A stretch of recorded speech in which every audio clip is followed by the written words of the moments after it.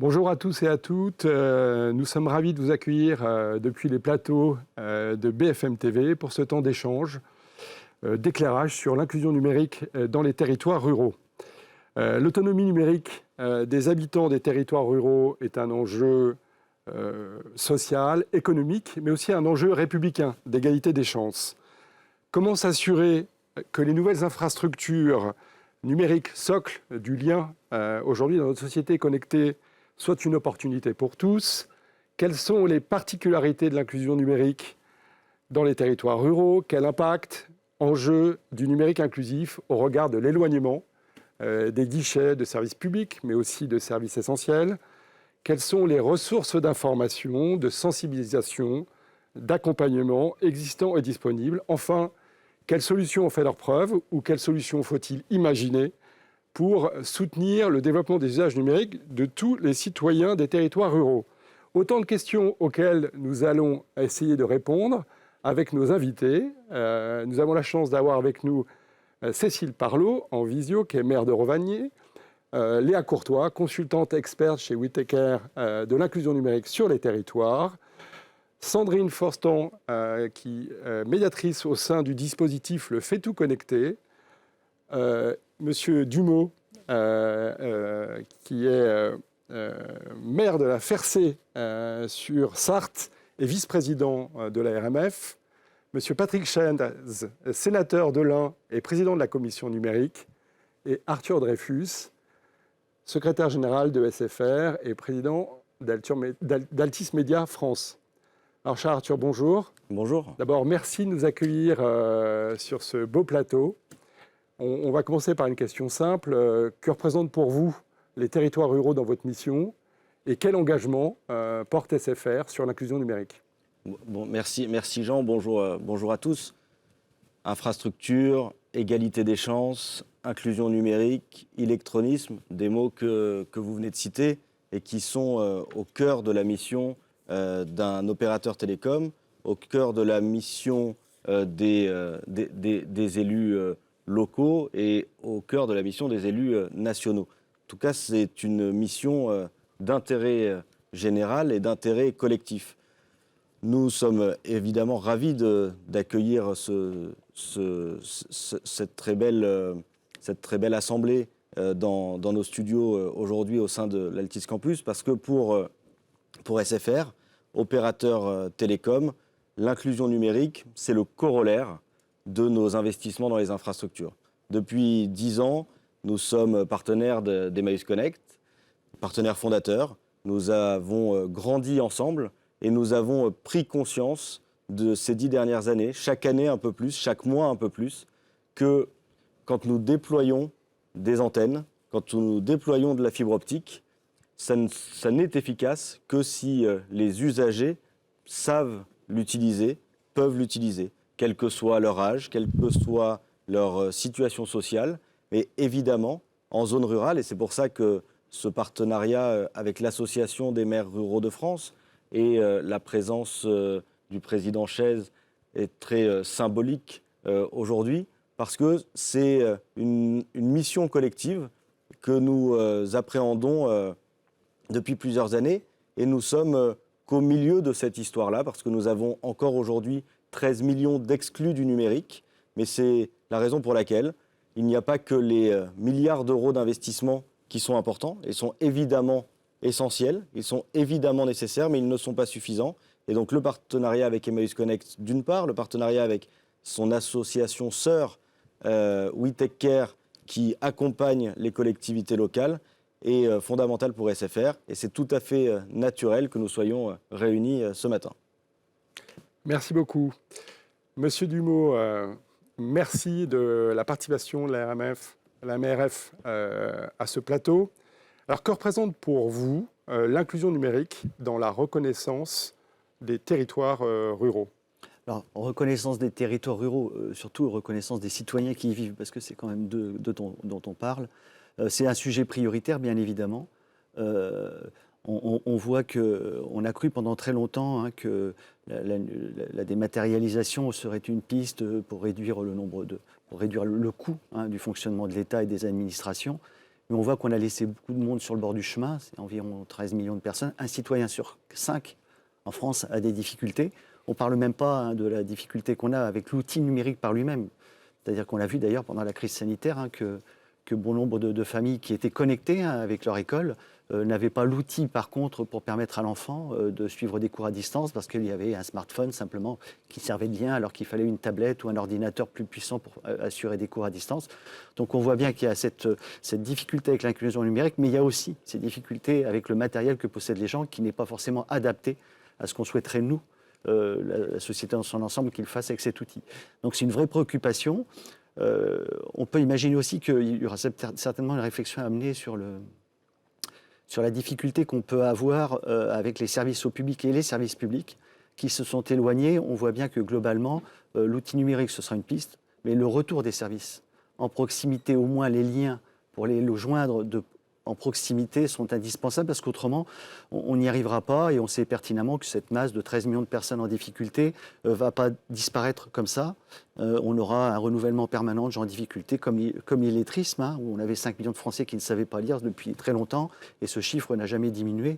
On peut imaginer que pour l'informatique, ce soit le même problème et qu'il faut se concentrer bien sûr sur des solutions pour les accompagner, mais aussi sur des solutions pour que cet outil numérique soit utilisé par des liens entre le citoyen qui est en difficulté et l'outil, parce qu'autrement on n'y arrivera pas. Merci beaucoup. Je vous propose qu'on rentre dans un premier niveau d'analyse avec Léa Courtois. Alors, existe-t-il une inclusion numérique spécifique dans les territoires ruraux ? Merci beaucoup Jean. Du coup, ce qu'on voit, c'est que depuis le début de nos activités chez We Take Care, et notamment dans le cadre de nos accompagnements avec les départements dans un premier temps, le sujet de l'inclusion numérique en milieu rural a toujours été mis en avant et continue finalement de l'être avec le temps. Et ça pour plusieurs raisons. Vous le disiez, Monsieur Dumeau, il y a d'abord un éloignement structurel finalement des habitants qui vivent en zone rurale vis-à-vis des services. Cet éloignement, c'est aussi le fait de vivre en zone rurale, parfois en zone montagneuse, et malgré les efforts qui sont mis en avant pour le déploiement de la fibre, il reste encore des choses à faire. Et cet éloignement des services, il est vécu de par la dématérialisation qui touche tous les pans de la vie quotidienne. On l'a vu avec la crise sanitaire actuelle, que ce soit les impôts, la déclaration pour l'actualisation Pôle emploi, le fait de réserver un créneau chez le médecin, ça touche l'ensemble de la vie. Et en plus, il y a une autre double peine, on va dire, qui est l'éloignement des guichets d'accompagnement. Par exemple, depuis quelques années, les sous-préfectures ont fermé leurs guichets d'accueil, qui fait que pour les démarches les plus courantes de renouvellement de carte grise ou de renouvellement de titre d'identité, ça devient plus compliqué d'être accompagné. Du coup, le numérique est devenu une véritable opportunité pour les habitants qui vivent en zone rurale. On le sait, ça facilite l'accès, c'est un gain de temps, de déplacement considérable pour l'éducation, l'emploi, les services. Mais il reste quand même ce problème de guichet d'accompagnement qui, en fait, n'existe pas sur le territoire ou en tout cas existe que trop peu. Et cet enjeu de l'inclusion numérique sur les milieux et les territoires ruraux, il a bien été résumé par un rapport de la Cour des comptes qui date de 2019 autour de justement comment garantir l'accessibilité des services publics sur les territoires ruraux et qui montre que si la transformation numérique des services publics elle est essentielle, et ça pour tous les territoires, pour les territoires ruraux, elle constitue la principale solution pour remédier à ce déficit d'accès. L'accès et l'usage du numérique, c'est aussi un vecteur d'autant plus essentiel qu'il est le principal levier, finalement, mis en avant d'attractivité de ces territoires ruraux pour garantir des conditions de vie agréables aux habitants, potentiellement en attirer de nouveaux, mais aussi des emplois et des services. En fait, si on regarde bien, on est face à une sorte de paradoxe, et vous le disiez tous les deux, du sujet qui est, en fait, si on a un déficit de guichets d'accompagnement dans les territoires ruraux, et qu'en plus, la solution principale pour y accéder, c'est dématérialiser à l'ensemble des services. Comment on fait pour accompagner les 40% de Français qui ont des difficultés numériques au quotidien ? En plus, aujourd'hui, ce qu'on sait, c'est qu'il y a un Français sur 3 qui vit en zone rurale, selon une étude récente de l'INSEE, et que la population qui y vit y est comparativement plus vieillissante et moins diplômée, alors que c'est 2 facteurs clés d'exclusion numérique. Du coup, la question qui va se poser, c'est en effet comment proposer des offres en proximité pour les citoyens, et pour que le numérique soit vécu plus comme une opportunité que comme cette double peine qui vient renforcer le sentiment d'éloignement parfois vécu en zone rurale. Et c'est là que l'échelon communal apparaît comme une clé très pertinente parce qu'elle va pouvoir proposer un soutien humain, justement, développer des dispositifs pour accompagner les citoyens. Merci Léa. Monsieur Chaise, l'inclusion numérique ou le numérique opportunité ou double peine pour les territoires ruraux? J'allais dire, l'inclusion numérique, si vous me permettez, c'est d'abord pas réservé exclusivement au monde rural. Et je crois qu'il faut qu'on puisse le dire ce matin. Certes, le monde rural a plus peut-être d'handicap, puisque l'inclusion numérique, ça intègre les infrastructures, avec donc, là, pour le coup, une démarche politique et des engagements politiques sur donc, le fixe et le mobile, avec le plan France Très Haut Débit et le New Deal mobile, qui sont aujourd'hui des projets et des programmes en cours et sur lesquels les opérateurs, bien sûr, s'investissent aux côtés et des collectivités et de l'État. C'est donc, vous l'avez exprimé, l'accès au matériel. On a encore, évidemment, des familles qui n'ont pas la capacité financière de pouvoir donc, accéder à ces matériels, qu'ils soient fixes ou mobiles. Et ça, c'est un deuxième volet. Et puis, il y a le troisième volet qui est la formation. Ce volet formation, je crois que nous en sommes malheureusement qu'au début. C'est-à-dire que la prise de conscience, elle est finalement assez récente. Mais c'est assez naturel en même temps. Hein. Je crois qu'il faut mettre le pulse avec les pièces au bon moment et aux bons endroits. Donc, je veux dire, d'un point de vue politique, et je sais que je ferai certainement réagir, mais la partie infrastructure est réglée. Hein. Il y a donc des engagements, il reste des choses à faire, mais les engagements sont pris. Sur l'aspect matériel, il faut qu'on réfléchisse. Et sur l'aspect formation, il faut aussi qu'on réfléchisse. Et je voudrais rebondir sur ce qui a été exprimé parce que je trouve votre propos très intéressant sur l'aspect qui concerne l'accès aux services publics. Et sur ce point, je suis très heureux que vous ayez mis le doigt là-dessus parce que c'est un des points que j'ai pu mettre en évidence récemment dans un rapport d'information, dans une mission que j'ai présidée sur la Poste. Alors, pourquoi la Poste? Vous paraît un peu bizarre, mais tout simplement parce que j'ai pu mettre en évidence que finalement, il manquait un maillon dans les territoires ruraux entre les services publics et les administrés. Et que ce maillon pouvait être porté par le facteur comme étant le détecteur du problème. C'est-à-dire que je pense qu'il faudra qu'on travaille sur le sujet pour trouver, en fait, le bon interlocuteur qui va faire en sorte que un administré pourra donc se référer à donc, un facteur, hein, je continue dans mon exemple, qui lui va pouvoir faire l'interface avec les services publics en donnant le bon aiguillage et en pouvant faire en sorte que la connexion se passe bien. Je crois qu'il faut qu'on réfléchisse à ce sujet-là, et c'est donc un quatrième volet qu'il faudra ouvrir. Vous voyez, on est sur un chantier qui est quand même conséquent. On a donc des réussites, on a aujourd'hui déjà coché quelques cases, mais il va falloir effectivement donc ouvrir ces cases dont vous faites état et qui sont essentielles pour faire en sorte qu'on construise une société du numérique adaptée et donc sans laisser personne sur le bord du chemin. Merci beaucoup. Arthur Dreyfus, on voit que derrière l'inclusion numérique, il y a des sujets de moyens. Alors, quelle contribution ou effort de SFR pour participer, on va dire, à amener plus de moyens financiers sur l'inclusion numérique? Effectivement, cela nécessite des moyens humains, des moyens matériels, des moyens industriels, des moyens financiers. Le triptyque équipé, connecté, formé nécessite chacun des moyens et chacun des moyens différents. Et c'est toute cette chaîne et tous les maillons dont vient de parler le président Chaise qu'il faut abonder et accompagner. Mais ce n'est pas seulement en saupoudrant d'argent privé et public qu'on va y arriver.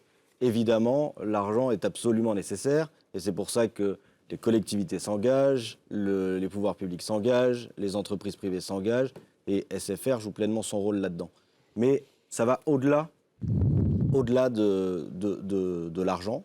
L'argent est indispensable, mais ça va avec une bonne organisation et les bonnes associations. Et évidemment, le partenariat avec Emmaüs Connect en est une illustration. Évidemment, le partenariat avec We Take Care en est une autre.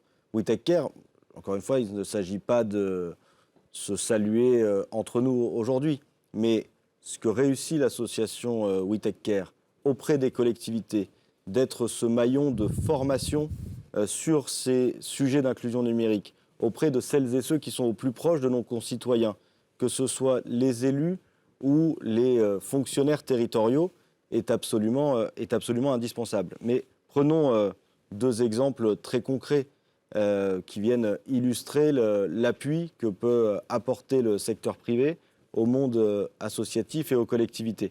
Grâce au partenariat que nous avons avec We Take Care, nous avons mis en place des structures de formation locales pour former vraiment les aidants de proximité. Par ailleurs, vous le savez, quand nous déployons de la fibre optique, nous sommes délégataires dans des délégations de services publics. Et au sein de ces délégations de services publics, nous avons mis en place des fonds d'usage dédiés à l'inclusion numérique, que ce soit dans les Pyrénées-Atlantiques, en Corse, dans le Gard, en Isère, pour ne citer que ces exemples-là. Mais c'est valable avec notre entreprise comme avec d'autres. Nous mettons en place des fonds qui viennent financer des formations. Sur l'exemple des Pyrénées-Atlantiques, nous avons formé déjà plus de 200 personnes depuis le début du déploiement de la fibre.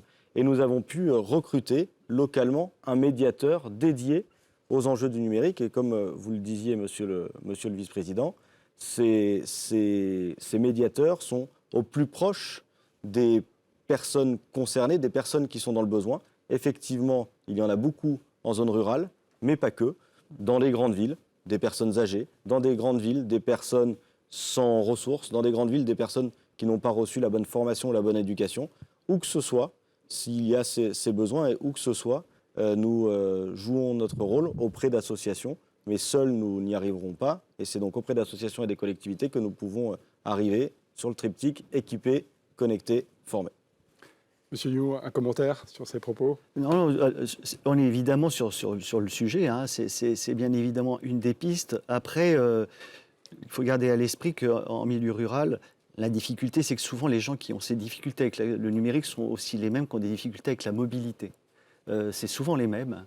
Et c'est ce qui rend encore un peu plus difficile la tâche en milieu rural parce que, évidemment, en ville, hein, on a des gens qui ont des difficultés avec l'outil numérique, mais qui, malgré tout, grâce au fait d'être dans une zone dense, ont des services qui sont quand même atteignables assez facilement sans avoir de moyens de se déplacer autres que les transports en commun.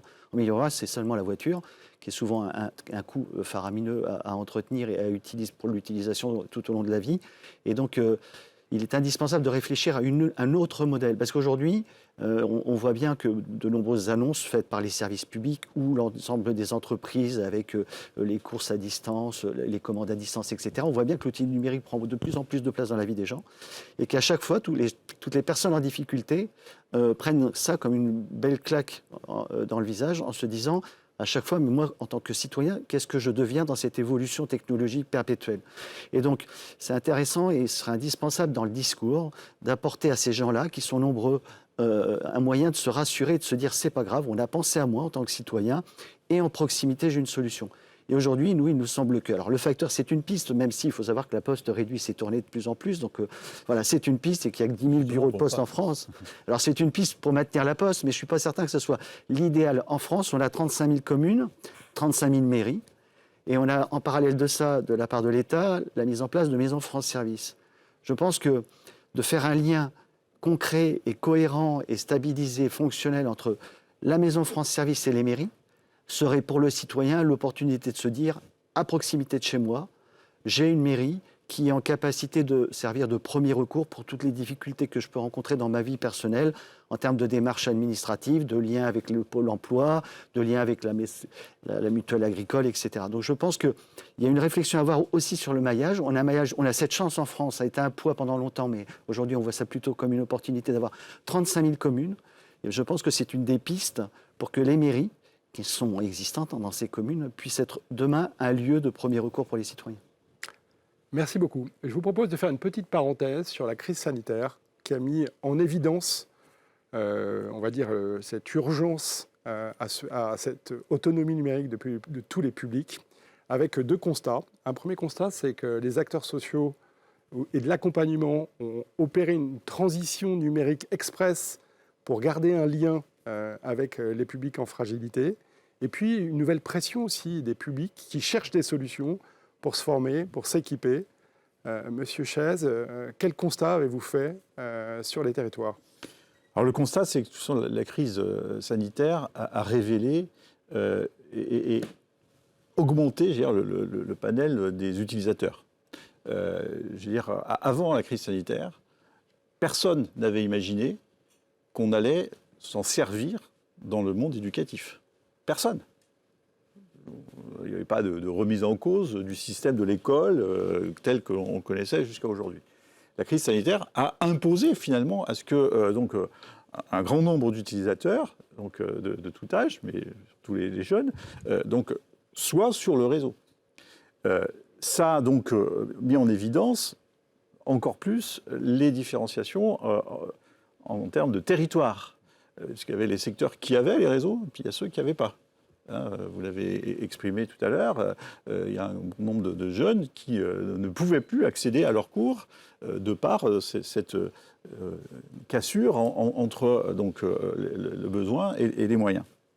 Donc cette crise sanitaire a aussi mis en évidence que finalement on ne faisait plus rien sans le numérique.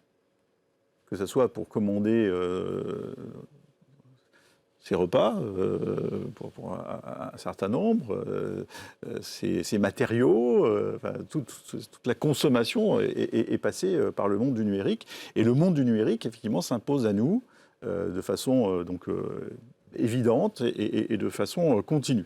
Donc cela, c'est quelque chose qu'il faut qu'on ait vraiment en compte. Et pour réagir aussi aux propos de mon collègue, je veux dire, il n'est pas dans mes intentions que de mettre en opposition les uns et les autres. Je crois que de toute façon, la chaîne, il faut que chacun apporte son maillon dans la chaîne.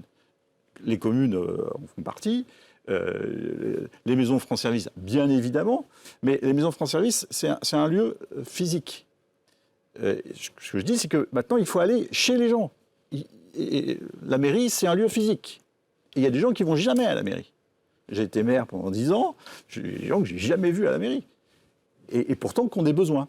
Donc, il faut, encore une fois, aller plus loin dans cette démarche et faire en sorte qu'on puisse ramener les gens vers ce média, vers cette utilisation qu'est le numérique dans les meilleures conditions.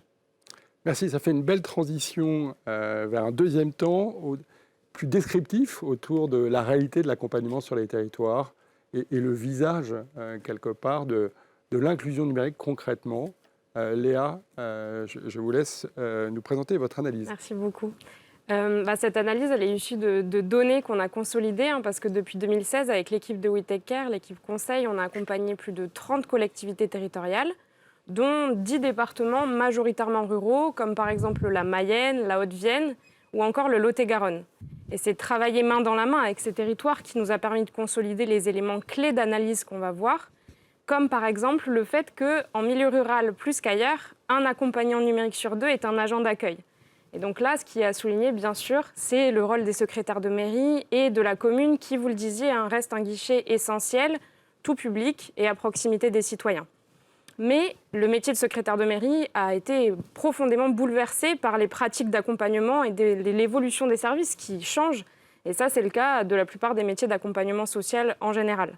Du coup, ce qui est nécessaire de mettre en place, c'est des pratiques de formation professionnelle qui sont clés pour que les secrétaires de mairie puissent, eux et elles aussi, intégrer finalement le levier du numérique dans leurs pratiques d'accueil, d'accompagnement aux premières démarches et d'orientation si besoin. Ce qu'on voit, c'est que c'est vraiment une priorité dans les secteurs ruraux. D'ailleurs, depuis 2020, on travaille avec la communauté de communes du Val-de-Somme, qui est une EPCI rurale proche d'Amiens, et qui travaille avec We Take Care sur sa stratégie d'inclusion numérique, et qui a dit, pour développer l'inclusion numérique dans mon territoire, c'est une des priorités que de former les secrétaires de mairie. Ça, c'est pour le volet des accompagnants. Sur les accompagnements, il y a 2 grosses tendances qui se dessinent sur quels sont les accompagnements en milieu rural sur l'inclusion numérique. On peut le voir, c'est d'abord une prévalence de ce qu'on va appeler un premier niveau d'accompagnement qui correspond bien entendu, encore une fois, à tout ce qui est accueil, assistance sur des premières démarches et potentiellement orientation vers des offres plus approfondies. Cette offre-là, il est nécessaire toujours et encore de la densifier. Pourquoi ? Parce qu'elle a besoin d'être au plus proche des citoyens et on le disait, il y a un enjeu à aller vers ces citoyens. La deuxième tendance, c'est de voir que sur les ateliers de formation, les offres d'équipement, toutes les offres en fait qui vont avoir tendance à favoriser la montée en compétences et l'autonomie, pour l'instant ça pêche. Et il va falloir là aussi essayer de développer ces offres-là sur les territoires. Mais c'est des offres qui, quand même, il faut être réaliste, demandent plus de moyens, des capacités spécifiques. Et donc, il y a un enjeu vraiment à trouver comment développer des offres qui sont à la fois ambitieuses sur l'objectif de monter en compétences, d'autonomie et à proximité. Parce que concrètement, mettre en place un atelier numérique pour une petite commune, ça peut avoir un coût qui est vite insupportable demain. Donc nous, on a plusieurs solutions qu'on peut voir sur les territoires. Ça peut être le facteur, ça peut être les agents d'accueil de la mairie, ça peut être mobiliser des bénévoles. Et ça peut être aussi des partenariats et des mutualisations de moyens.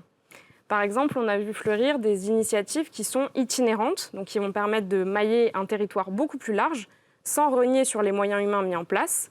L'association d'insertion Tremplin, qui est basée à Saint-Pierre-de-Bresse, en Saône-et-Loire, donc dans une partie très rurale du département, met en place depuis quelques années des ateliers itinérants en partenariat avec les communes rurales.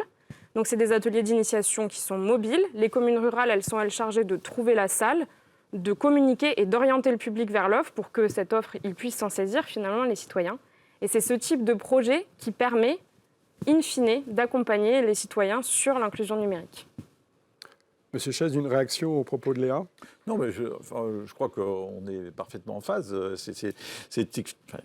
L'ensemble de la chaîne est là et je crois qu'il faut, encore une fois, qu'on travaille et qu'on cultive ces éléments avec du temps. Parce qu'il faut du temps pour tout cela, mais la prise de conscience est là. Et c'est ça qui est important.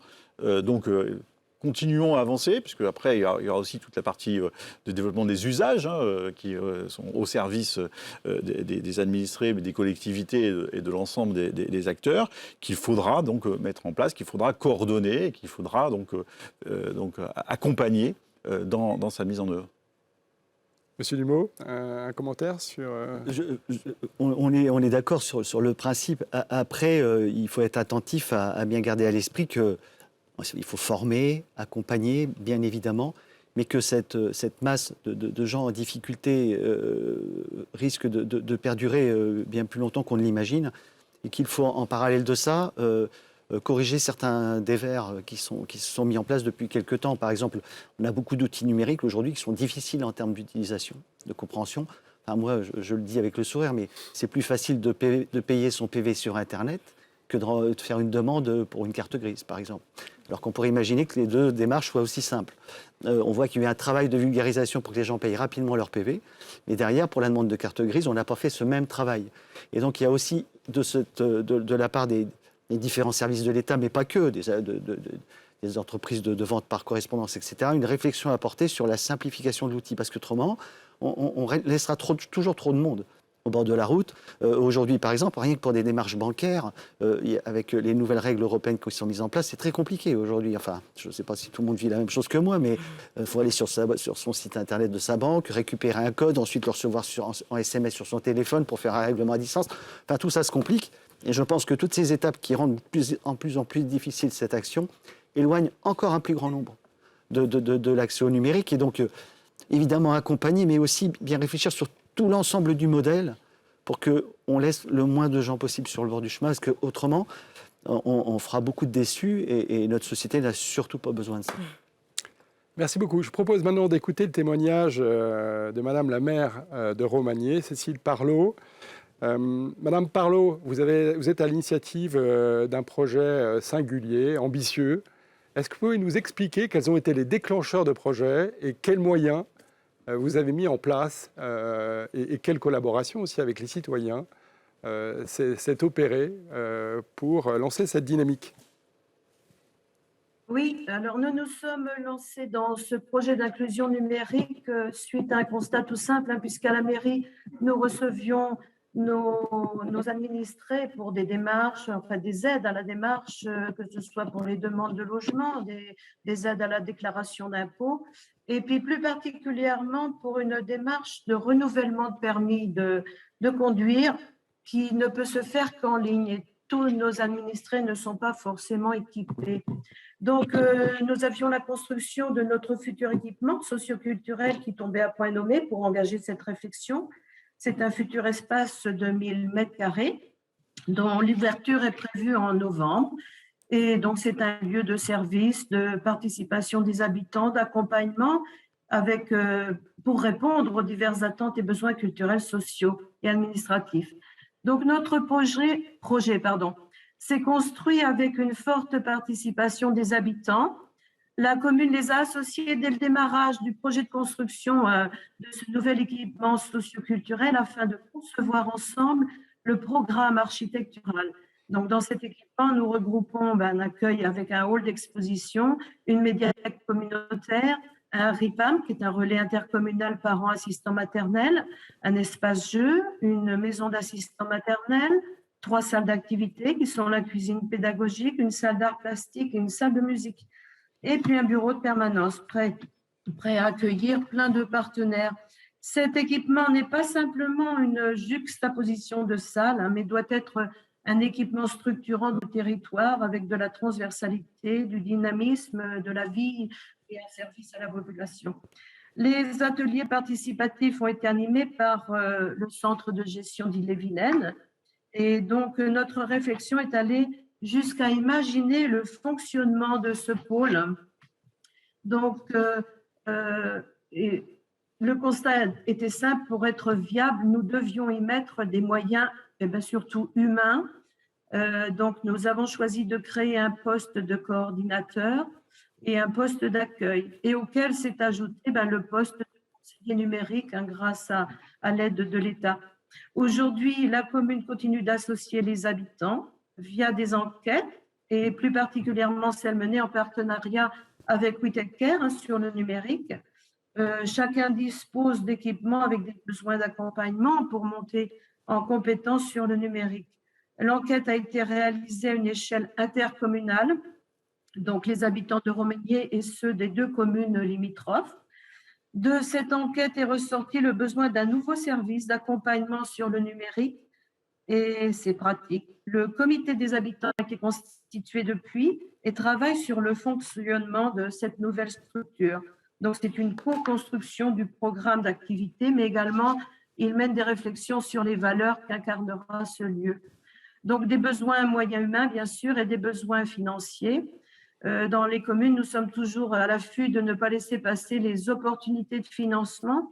La plupart du temps, les dispositifs mis en place demandent de la réactivité, et je tire mon chapeau à tous nos agents qui savent profiter des propositions qui passent. Donc, nous avons pu bénéficier d'aide. Le poste de coordinateur est financé par les fonds européens FEDER-Leader. Le poste de conseiller numérique, lui, est financé par l'État sur 2 ans. Et puis, nous avons des cofinancements pour le pôle.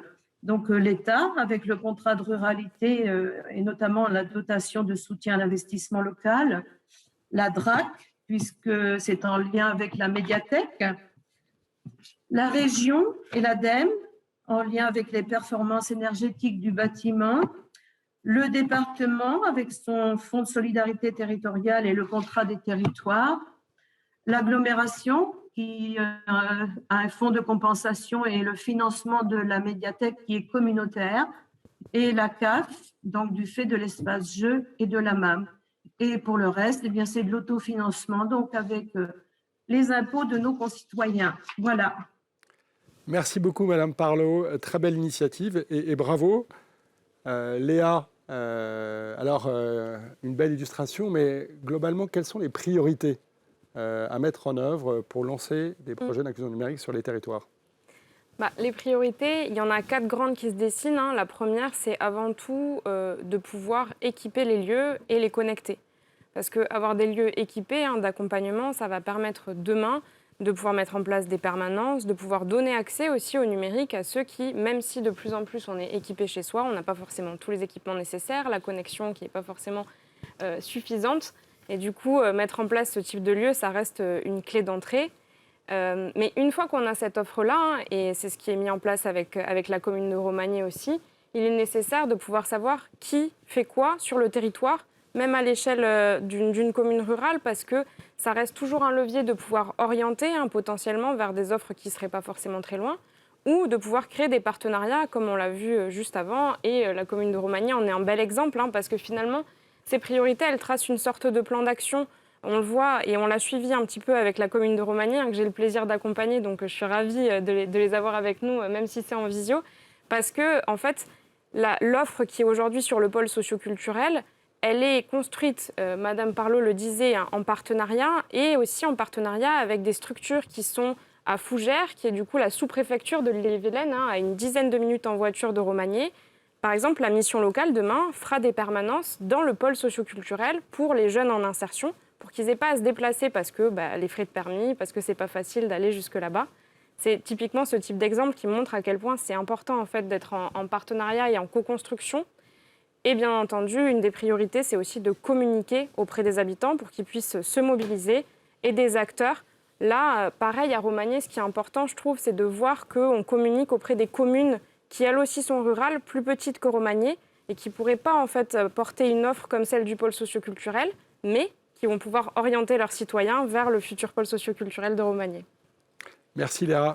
Monsieur Dumont, est-ce que ça fait écho à ce que vous entendez ou partagez avec vos adhérents? Oui, bien sûr. On voit bien que ce sont des initiatives qui méritent d'être mises en lumière parce que c'est vraiment des éléments clés. Après, voilà, on est face à une commune de 2500 habitants. N'oublions pas quand même qu'on a quelques dizaines de milliers de communes, même de beaucoup plus petites, et qui évidemment ne seront pas en capacité de porter de tels projets qui demandent des investissements importants. Et donc c'est aussi à elles qu'on doit penser, et qui sont hélas souvent éloignées de pôles en capacité d'accueillir ce type de service. Donc il y a vraiment quelque chose à réfléchir sur les liens à créer, mais pas que. Par exemple, aujourd'hui, donc une secrétaire de mairie qui accompagne une démarche administrative d'un de ses citoyens. Aujourd'hui, on a dans nos villages souvent des difficultés avec les cartes grises. On a parlé tout à l'heure de renouvellement de permis de conduire, mais il y a les cartes grises qui posent problème. Les gens viennent chez nous et nous disent « mais moi, je viens d'acheter une voiture d'occasion ». Je ne vous parle même pas si la personne qui a vendu la voiture, d'ailleurs, est en difficulté avec le numérique, parce qu'elle ne va pas pouvoir donner les clés de vente, etc., pour faire évoluer le document administratif, donc c'est encore plus compliqué. Mais rien que ça, on doit créer une adresse Internet, parce que les gens n'ont pas d'adresse Internet. Donc on doit ensuite, à travers la NTS, créer des mots de passe qu'on doit conserver sur un fichier qu'on n'est même pas en droit d'avoir aujourd'hui, parce que réglementairement, ce n'est pas possible. Et on est obligé de bidouiller pour accompagner les gens qui, autrement, roulent sans carte grise. Je serais curieux de connaître le nombre de Français aujourd'hui, d'ailleurs, qui roulent sans carte grise. Il doit être considérable. Et rien que ça, donc il faut protéger juridiquement les accompagnants. Que ce soit la secrétaire de mairie ou le secrétaire de mairie, que ce soit un intervenant bénévole, il faut trouver une solution pour que juridiquement, ces actions qui sont aujourd'hui hors cadre soient protégées, parce qu'autrement, on va être face à des blocages. Donc ça, c'est la première chose. Et puis évidemment, la formation des accompagnants est indispensable. Et ensuite, et ça a été dit, la communication. Parce que je vois, par exemple, moi j'ai un point numérique dans ma commune, dans la mairie, pour que les gens fassent des démarches. Il est très peu utilisé, parce que méconnu. Et donc il y a bien des pistes à trouver pour que tout ça puisse un peu matcher, faire le job, et puis que nombre de gens puissent avoir des solutions demain. Merci beaucoup. Un pas plus loin, donc, dans l'analyse, quels sont les éléments clés dans la structuration des projets, et pour qu'ils puissent toucher effectivement tous les habitants des territoires ruraux? Oui, en fait, on l'a évoqué depuis le début de cette émission ensemble. Finalement, il y a différentes clés d'entrée pour pouvoir proposer une offre d'inclusion numérique qui soit réellement accessible à tous et pour que les citoyens puissent se mobiliser. Déjà, donc on en a déjà parlé, mais une offre d'inclusion numérique, c'est quoi? C'est à la fois un lieu qui est connecté, équipé, et surtout avec des ressources humaines, des moyens humains qui sont qualifiés, qui se sentent à l'aise pour accompagner. Et in fine aussi, ce qui est important, c'est que les habitants se sentent mobilisés, se sentent à même de pouvoir demander cette aide ou juste de monter en compétences. Et nous, chez WeTakeCare, ce qu'on pense, c'est que pour mettre en place ce type de projet, il faut une vraie alliance en fait, entre une politique volontariste forte et une démarche citoyenne. Une politique volontariste parce qu'il est nécessaire en fait, d'engager à l'échelle de la collectivité, que ce soit politique ou opérationnel, et à hauteur de ses moyens, hein, on le sait, mais l'ensemble des agents, des politiques également, pour pouvoir mettre en place ce type de projet. Ça peut être pour commencer juste une réunion, ne serait-ce qu'avec les élus, les associations locales, les agents, ou une permanence 2 fois par mois, mais ça va toujours demander du temps, de l'investissement, de la réallocation de jours, etc. Donc il est nécessaire de vraiment avoir cette démarche politique et cette volonté. Et une démarche citoyenne aussi d'autre part. Pourquoi ? Parce qu'on le disait, hein, il est important de mobiliser les habitants qui se sentent à même de saisir ces offres d'inclusion numérique demain. Et il y a des chiffres qui nous montrent ça, c'est le baromètre du numérique qui sort tous les ans par le Crédoc, qui montre que parmi les personnes qui ont des difficultés numériques au quotidien, il y en a 60% qui ne souhaitent pas être formés. Donc mobiliser ces habitants et les sensibiliser à travers une démarche citoyenne pour qu'ils se sentent du coup en capacité de demander cette offre et cette demande d'inclusion numérique, c'est par exemple, comme ce qu'on a fait avec Romagné, mettre en place une enquête, co-construire l'offre, demander aux habitants en fait, mais de quoi vous avez besoin, de quoi vous avez envie, comment construire cette offre d'inclusion numérique ensemble. Et une démarche citoyenne, c'est aussi mobiliser, pourquoi pas, des bénévoles. C'est ce qu'on a fait avec la métropole d'Orléans. Hein.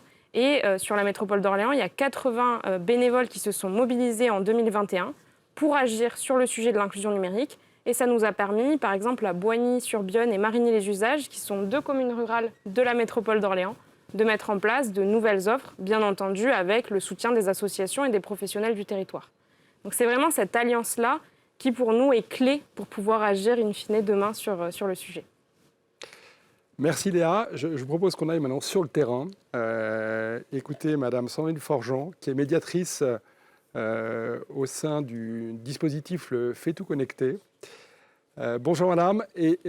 Alors expliquez-nous, s'il vous plaît, qu'est-ce qui fait le succès et le quotidien de votre dispositif ?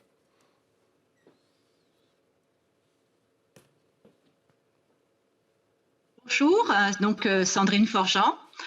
Voilà, donc je suis bien médiatrice donc socio-numérique à France Service pour une communauté de communes de la Champagne-Picarde qui se situe donc à Saint-Terme dans l'Aisne. Et donc on est vraiment dans un espace, Le Fait Tout Connecté, donc qui a été créé il y a 2 ans. Et dans cet espace, nous avons donc plusieurs bureaux. Donc France Service, qui est également donc le point central du Fait Tout Connecté, dont j'en suis responsable. Donc là, France Service, on travaille avec différents partenaires comme la CPAM, les impôts, la CAF et également donc Pôle emploi et beaucoup aussi pour la création de cartes grises et tout ce qui est pré-demande carte d'identité. On a des espaces accès libre où les personnes sont assez autonomes sur informatique, où ils peuvent scanner et imprimer des documents. Donc là, c'est très fréquenté au niveau du Fait Tout Connecté. Et également, nous avons des espaces de réunion connectés avec des tablettes géantes et de la visioconférence. Également aussi un espace donc Makerspace où là, différentes personnes peuvent donc avoir un permis de machine et également utiliser tous nos imprimantes 3D et donc également le vinyle. Donc un espace également donc sur l'initiation donc de l'informatique, c'est-à-dire qu'on a un agent, un numéricien qui apprend gratuitement à nos usagers donc Excel, Word, donc utilisation d'internet. Et là c'est vrai que on accueille des personnes individuelles et en groupe. Ensuite, donc là, la nouveauté de notre Fait Tout Connecté, c'est ce qui va être aussi un succès pour nous à partir de septembre, c'est le campus connecté. C'est-à-dire qu'on va accueillir des futurs étudiants donc, pour être coachés sur leurs futures études, que ce soit une licence ou passer également donc un apprentissage en alternance. Donc là, vraiment, ça va être le plus de notre campus connecté.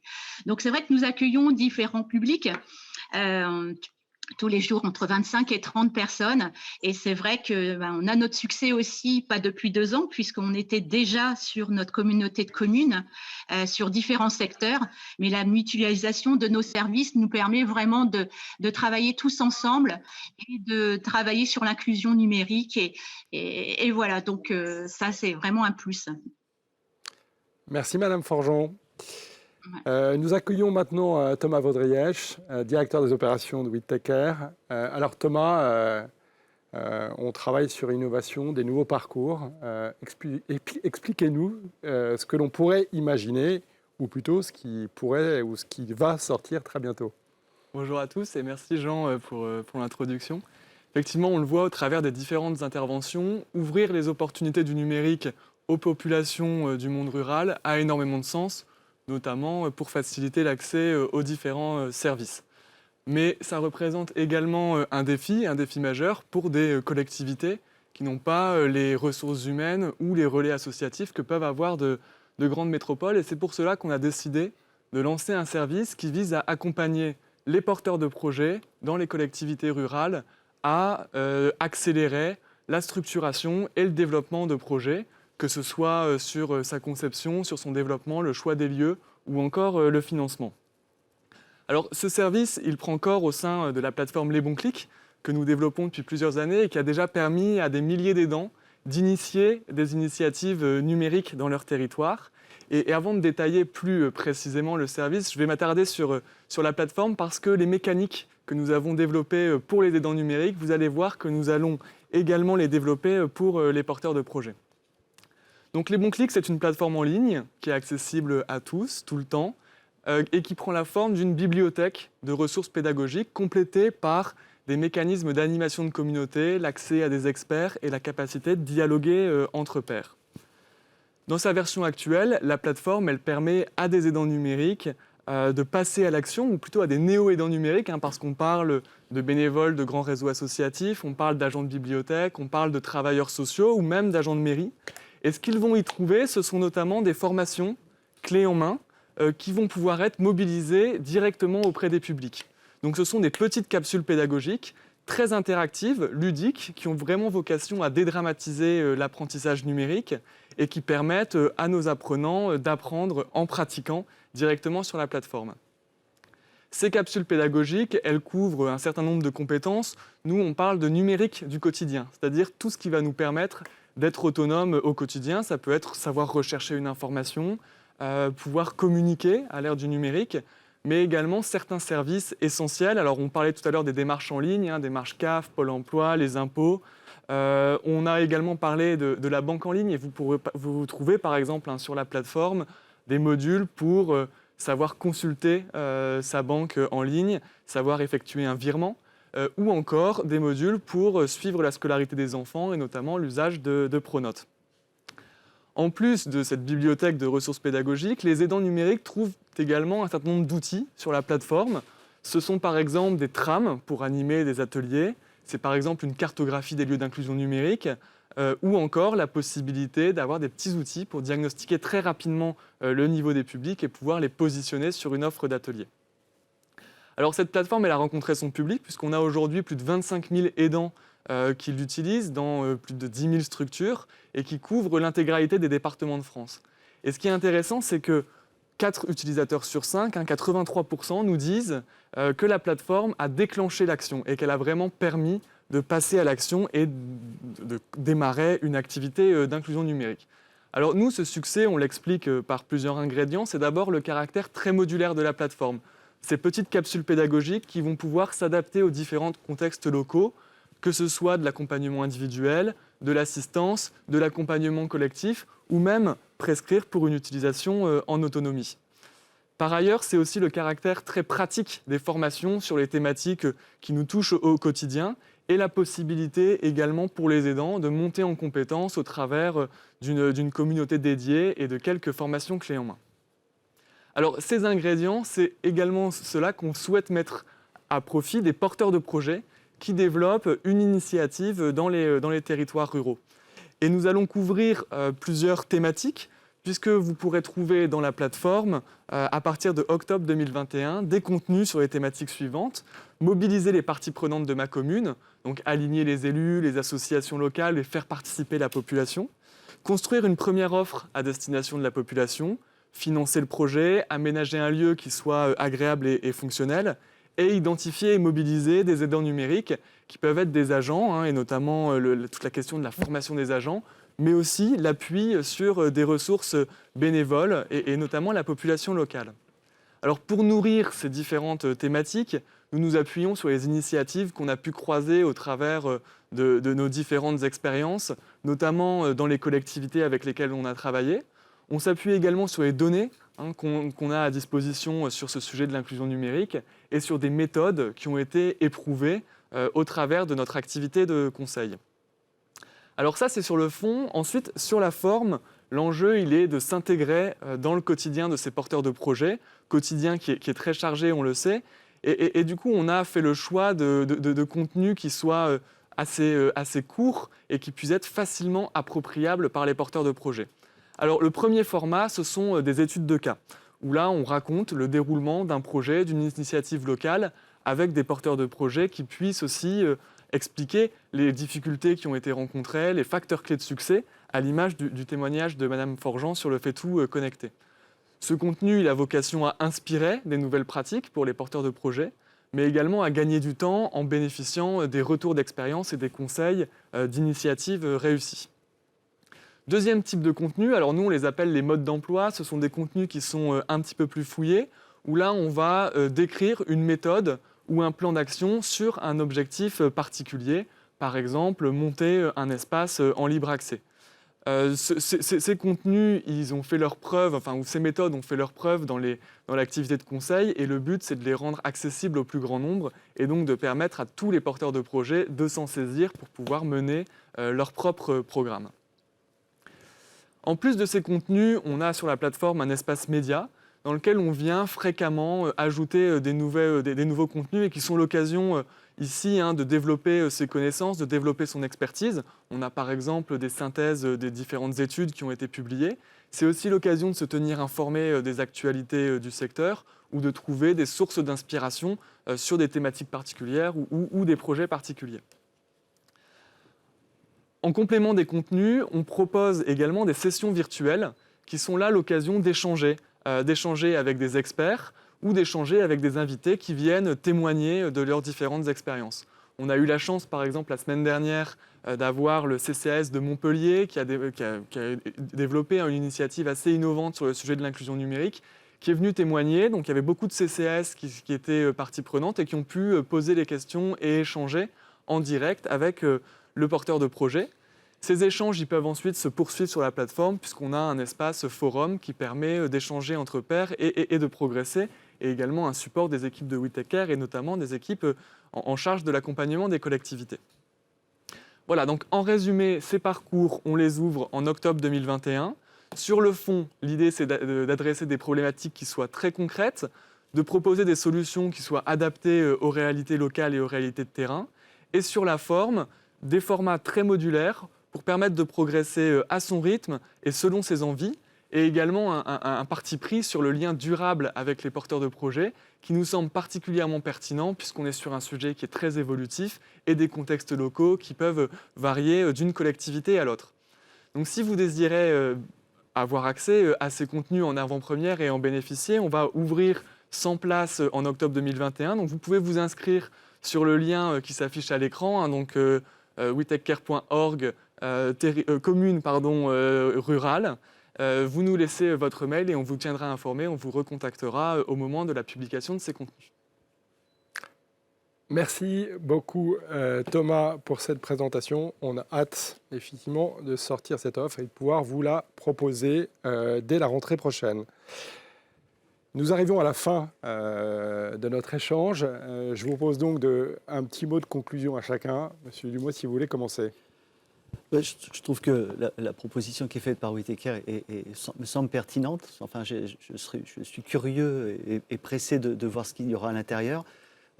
Compter sur la MRF, en tout cas, pour en faire la communiquer sur l'action et surtout proposer à nos collègues élus dans toute la France de s'en emparer, parce que c'est certainement une des pistes, forcément, et qui permettra de creuser, de combler un peu le fossé qui s'est créé avec cet outil du numérique.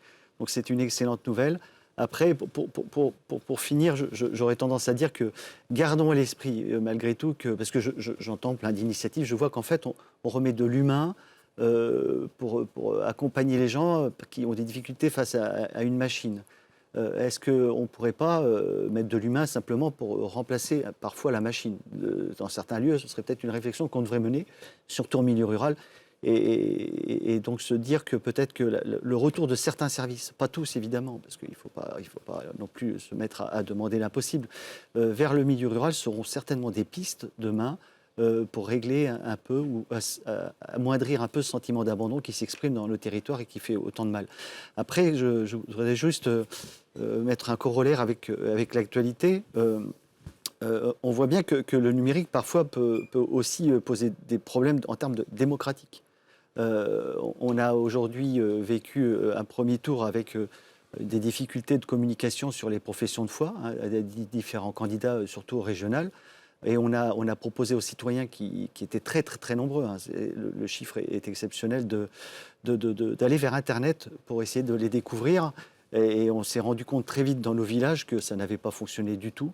En plus, énormément de listes de candidats n'avaient pas mis leur profession de foi sur la plateforme numérique de l'État. Et donc, on voit bien la difficulté d'imaginer que le numérique est un recours pour tout un tas de difficultés, mais qu'en fait, nos citoyens en parallèle ne se sont pas encore emparés, et qu'à la fin, sur un sujet aussi important que les élections, avec la démocratie qui nous est si chère et encore très fragile, ça peut nous pénaliser. Donc soyons attentifs à ce que cet outil, qui est évidemment un outil d'avenir, soit un outil aussi qui rassemble plutôt qu'il divise.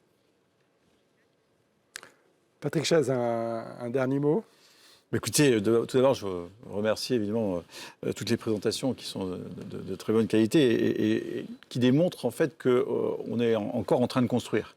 Et que cette construction donc, fait qu'on rajoute des maillons, on les corrige, on les adapte pour faire en sorte que l'outil numérique soit effectivement accepté et soit donc la bonne formule. Alors moi, je vais peut-être un peu me démarquer, je pense que le numérique est sûrement la solution à beaucoup de sujets. Et j'allais dire, à écouter donc les différents échanges de ce matin, les initiatives qu'on a pu nous présenter, je trouve que ça plutôt rassurant, justement, parce que, en fait, c'est aujourd'hui, par ces initiatives, que le numérique force au lien humain. Et je trouve ça à la fois paradoxal, mais à la fois rassurant, parce que si on veut que ça fonctionne, effectivement, il faudra qu'on trouve des intermédiaires, il faudra qu'on trouve le moyen de créer le liant entre toutes ces mailles et toutes ces initiatives pour qu'on puisse réussir collectivement. Donc, je voudrais plutôt être sur une note positive en conclusion, en disant que finalement, c'est peut-être le numérique qui va nous redonner cette envie de communiquer, d'échanger et de s'accompagner pour réussir dans ce beau projet. Merci. Arthur Dreyfus, le même optimisme ? Oui, le même optimisme. Et nous avons déployé l'électricité en France en un peu plus d'un demi-siècle. La réalité, c'est qu'on va numériser le pays en moins de 10 ans. Donc évidemment, on est à une époque où l'histoire s'accélère et on n'a pas fini de numériser le pays, que nous passons nos journées à commander sur son smartphone nos courses, à suivre nos cours en ligne, à échanger avec des amis en direct aux 4 coins du pays. Donc on a effectivement le paradoxe décrit par le président Chaise d'un numérique créateur d'opportunités exceptionnelles et d'un numérique qui s'est imposé à nous peut-être plus vite que nous y sommes adaptés. Et donc nous, notre enjeu, c'est de réussir à rattraper le temps. Donc évidemment que c'est un échec, les 13 millions de Français qui sont exclus du numérique.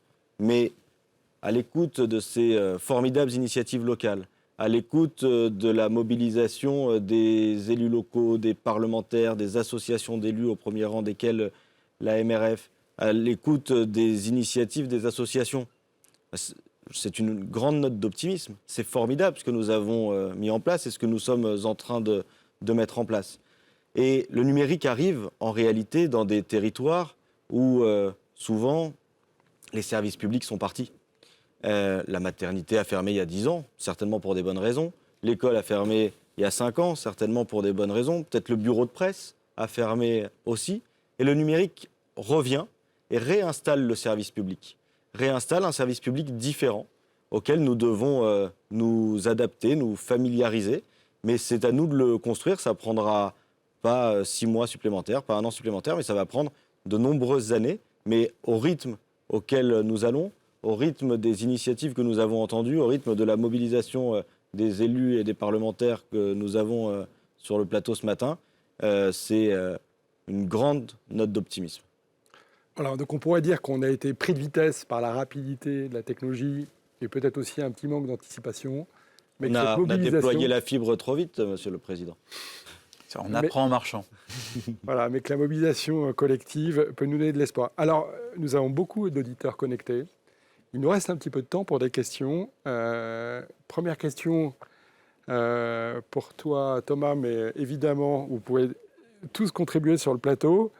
C'est un auditeur qui nous demande comment est-ce que l'on peut monter des projets itinérants. Est-ce que ça existe sur les territoires? Et puis, il y avait une deuxième question, et peut-être préciser le propos d'un auditeur qui évoque Aidant Connect et de l'importance de ce dispositif qui permet de protéger les aidants. Alors, bon, je vais commencer par la première question. Du coup, effectivement, monter des dispositifs itinérants est une solution et je pense qu'il y a eu beaucoup d'expérimentations dans les territoires qui ont fait leurs preuves sur ce sujet. On propose, nous, avec les bons clics, des formats, des ateliers, etc., clés en main qui doivent permettre d'aider justement sur la mise en œuvre pédagogique. Et très vite, on souhaitera aussi présenter des initiatives itinérantes pour que des initiatives locales puissent émerger et s'en inspirer. Après, je pense que la première étape, c'est aussi de se tourner vers ces élus et pour réfléchir justement aux modalités de mise en œuvre. Souvent, ça se fait plutôt à l'échelle des intercommunalités, ces initiatives qui ont aussi des moyens pour parfois aider à la mise en œuvre. Donc, je laisserai peut-être monsieur Dumont réagir. Et peut-être sur Aidant Connect rapidement, et effectivement, c'est un dispositif qui facilite l'assistance, puisqu'il offre une protection juridique à la personne qui accompagne une personne qui n'est pas en capacité de faire ses propres démarches en ligne. On incite les aidants, forcément, les aidants numériques, à s'en emparer et à pouvoir l'utiliser pour le faire dans un cadre qui soit juridiquement le plus exemplaire possible. Un commentaire sur les deux questions? Oui, je veux bien. Sur Aidant Connect, je crois que c'est encore en période test pour les secrétaires de mairie. C'est pas encore accessible à tous. C'est toute la difficulté. Donc plus vite on ira, mieux ce sera, parce que c'est vraiment une des pistes en effet. Et ça a été mis en test dans 2-3 départements de France, mais je ne crois pas que ça ait été encore un peu plus loin. Donc il faut vraiment accélérer. Après, sur la mutualisation, c'est évidemment une piste. Un village de 600 habitants n'aura pas la capacité d'avoir un service civique ou d'un aidant numérique à l'échelle de sa commune. Donc il faut bien évidemment se rassembler. Après, le tout, c'est de trouver le bon volume de citoyens susceptibles d'être intéressés et puis de mettre cet aidant Connect à disposition, cet aidant numérique à disposition. Donc voilà, c'est certainement une des pistes de la mutualisation, que ce soit au périmètre de l'EPCI, du pays ou peu importe. En fait, l'idée, c'est simplement qu'il existe et qu'il puisse apporter la solution aux citoyens en difficulté. Oui, moi, juste pour dire qu'effectivement, les questions démontrent qu'il y a encore beaucoup à faire et que toutes les innovations sont bonnes à prendre. Je crois que, encore une fois, on construit ce pulse du numérique ensemble et on peut inventer des pièces pour pouvoir faire en sorte qu'il soit le plus beau possible et le plus efficace. Très bien. Alors, il y a beaucoup de questions. Je ne sais pas si on va pouvoir répondre à tous. En tout cas, on pourra le faire par une publication mail ou par des échanges mails en prenant notamment l'adresse que vous a précitée Thomas. Monsieur Dumont, il y a une question pour vous, vaste question. Quelles sont les possibilités d'aide financière autour de l'inclusion numérique? Vous pouvez en dire un mot, Monsieur Chaise aussi, probablement. Il y en a. Alors d'abord, en termes d'accompagnement pour recruter du personnel, pour accompagner les gens. Donc évidemment, ça existe hein, et ça fonctionne. On a aussi certains départements qui, à travers la DETR, donc pour la dotation d'équipe des territoires ruraux, peuvent financer des points d'accès numérique dans les mairies. Donc ça, c'est aussi des accompagnements qui se font. Et puis, on a aussi une liste de partenaires qui aujourd'hui, comme Whittaker, comme Emmaüs Connect, moi j'en ai bénéficié par exemple pendant la crise sanitaire pour équiper mes familles qui n'avaient pas de réseau Internet pour les cours à distance. Enfin, il y a tout un tas de solutions d'accompagnement. Et d'ailleurs, peut-être que ce serait une piste, c'est de mettre dans ce nouveau site qui sera accessible la liste des accompagnants qui peuvent financiers, etc. Qui pourraient, parce que je pense que c'est souvent aussi une difficulté qu'on a, nous élus, dans la masse des solutions, c'est de trouver la bonne et de trouver qui peut nous accompagner. Donc ce serait peut-être une des pistes. Monsieur Chaise ? Oui, moi, je peux reprendre à peu près les mêmes volets, en rajoutant peut-être, dans le cadre du plan de relance, les médiateurs numériques, puisqu'il y a eu une volonté politique nationale de mettre en place sur le territoire des médiateurs numériques, accompagnés financièrement par l'État pendant 2 ans. Donc je pense que c'est effectivement là aussi, dans la construction, une étape supplémentaire. Une autre question, alors plutôt pour vous, Arthur Dreyfus, qu'elle s'adresse aux opérateurs. Comment les entreprises peuvent-elles s'engager pour l'inclusion numérique dans les territoires ruraux ? Vous l'avez déjà illustré, mais est-ce que vous pouvez compléter le propos ? On s'y engage chaque jour, de par notre métier de base, c'est-à-dire l'investissement quotidien dans les infrastructures, le déploiement de la fibre optique, le déploiement des antennes. Déjà, on apporte la collectivité. C'est notre métier, c'est notre raison d'être. Et nous, chaque jour, nous permettons à des milliers de Français d'être connectés alors qu'ils ne l'étaient pas. Et puis, il y a l'après-déploiement dont on parlait. Donc, c'est en soutenant des associations, en ouvrant des centres Emmaüs Connect, en formant aux côtés de Whittaker des fonctionnaires territoriaux, en créant des fonds dédiés dans chaque collectivité, en permettant le recrutement de médiateurs numériques et en période de crise, et nous l'avons connu dès le mois de mars 2020, dès que le confinement a commencé, nous avons travaillé avec les équipes d'SFR, les équipes de la fondation SFR, je veux les citer, Claire Percé, Julie Le Sueur, qui... aux côtés d'Emmaüs Connect, aux côtés du ministère de l'Éducation nationale, aux côtés du ministère de la Protection de l'Enfance, aux côtés du ministère de la Santé, ont déployé des moyens matériels, pour distribuer le plus largement possible à des personnes qui n'avaient pas de connectivité, mais qui avaient l'absolue nécessité de maintenir un lien avec l'extérieur, que ce soit des... enfants, des collégiens ou des lycéens qui devaient suivre des cours, que ce soit des personnes isolées dans des EHPAD dans lesquels les familles ne pouvaient plus venir. Nous avons fourni massivement de la data, nous avons fourni massivement des téléphones, nous avons fourni massivement des smartphones, des box 4G pour pallier à cette situation d'urgence. Et je crois que ce qui a été fait, je vous cite l'exemple que je connais le mieux, celui porté par SFR et Emmaüs Connect, mais les autres opérateurs se sont aussi parfaitement mobilisés. Mais ce qui a été fait dès mars 2020, en un temps record, a permis, je crois, de sauver le quotidien de dizaines de milliers, de centaines de milliers de Français dans cette période que nous n'avions pas anticipée, évidemment. Mais la réactivité collective, les moyens humains, les moyens financiers ont permis, dans cette situation, de participer à l'œuvre nationale. Merci beaucoup pour vos réponses.